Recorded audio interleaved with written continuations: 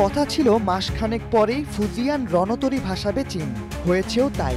সফলভাবে ৩টি যুদ্ধবিমান ওড়ানোর পর এখন চীনের ফুজিয়ান রণতরী ভাসছে হাইনান প্রদেশের উপকূলে। লক্ষ্য তেমন কিছু নয়, যেখানে নিয়মিত তাইওয়ানের পাশে ঘুরতে দেখা যায় মার্কিন রণতরী, তাদের শাসন করতেই চীনের এমন পদক্ষেপ। ৮ নভেম্বর প্রেসিডেন্ট শি জিনপিং এর উপস্থিতিতে বেশ জাঁকজমকপূর্ণভাবেই উদ্বোধন করা হলো শিবিরের ৩য় রণতরীটি।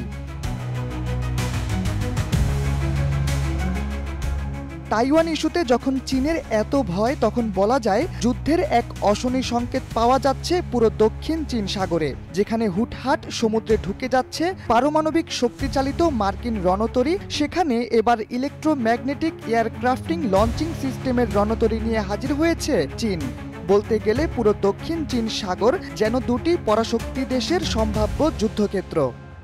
এক্সট্রিম মশার কয়েল প্ল্যান্ট ফাইবার দিয়ে তৈরি, ডেঙ্গু, চিকুনগুনিয়া বাহি সহ যে কোনো মশার বিরুদ্ধে দেয় এক্সট্রিম সুরক্ষা। কমাস আগেই ফুজিয়ান রণতরী থেকে পরীক্ষামূলক যুদ্ধ বিমান ওড়ানোর পর খুব অল্প সময়ই নেমে গেছে সাগরে।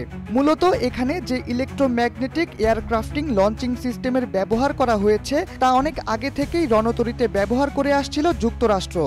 ব্যবধান শুধু এটুকুই, যেখানে মার্কিন রণতরী চলে পারমাণবিক শক্তিতে, সেখানে চীনের ফুজিয়ান রণতরী চলবে জ্বালানি তেলের সাহায্যে। তবে তাইওয়ান উপকূলে কিছুটা হলেও যুক্তরাষ্ট্রকে মোকাবিলা করতে এখন প্রস্তুত চীন। বিশ্ব যখন ভাবছে বাণিজ্য যুদ্ধে মেতে আছে চীন আর আমেরিকা, সেখানে কদিন পরপরই সামরিক অস্ত্র নিয়ে হুঙ্কার দিচ্ছে দেশগুলো। মার্কিন শাহেনশাহ ডোনাল্ড ট্রাম্প তো কদিন আগেও নিজেদের পারমাণবিক অস্ত্রগুলো সচল করার আদেশ দিয়েছেন। তাহলে কি বলা যায় মধ্যপ্রাচ্য, ইউক্রেন, রাশিয়ার পর এবার তাইওয়ান নিয়ে ভাগাভাগির খেলায় মেতে উঠবেন ট্রাম্প ও শি জিনপিং? বিগত কয়েক বছর ধরে আমেরিকাকে পাল্লা দিয়ে যুদ্ধ সরঞ্জাম বাড়িয়েছে চীন।